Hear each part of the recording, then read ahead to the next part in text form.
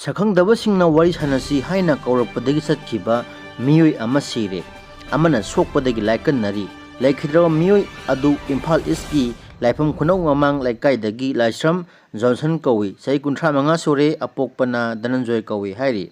soklo Mioi aduna laifam khunau maning laikaidagi Ilam Rosan kawi sai 36 sore apokpana Mangi kawi laikhidraba Johnson DM University gi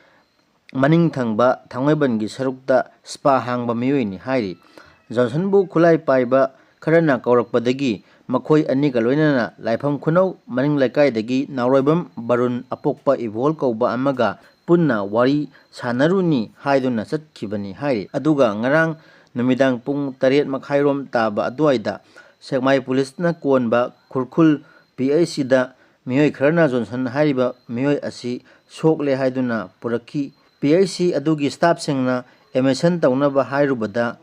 Sakhangdaba Mioi sing aduna mahakpo hundoklamlaga sienkhibani hairi matam aduda PIC gi staff singna layengna ba thawrang tawrakpada Johnson siraga purakpa oiramki mahaki hakchang yafam ayambada saifam naina phubagi dakpham kyamarum leramki hairi laikhidraba Johnson gi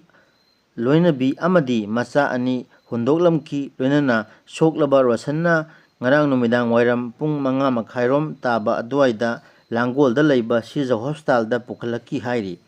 Rosangi masadasu saifam naina phubagi dakpham kyamarum leramki adubu layeng badagi mahaki hibam khara phagalle hairi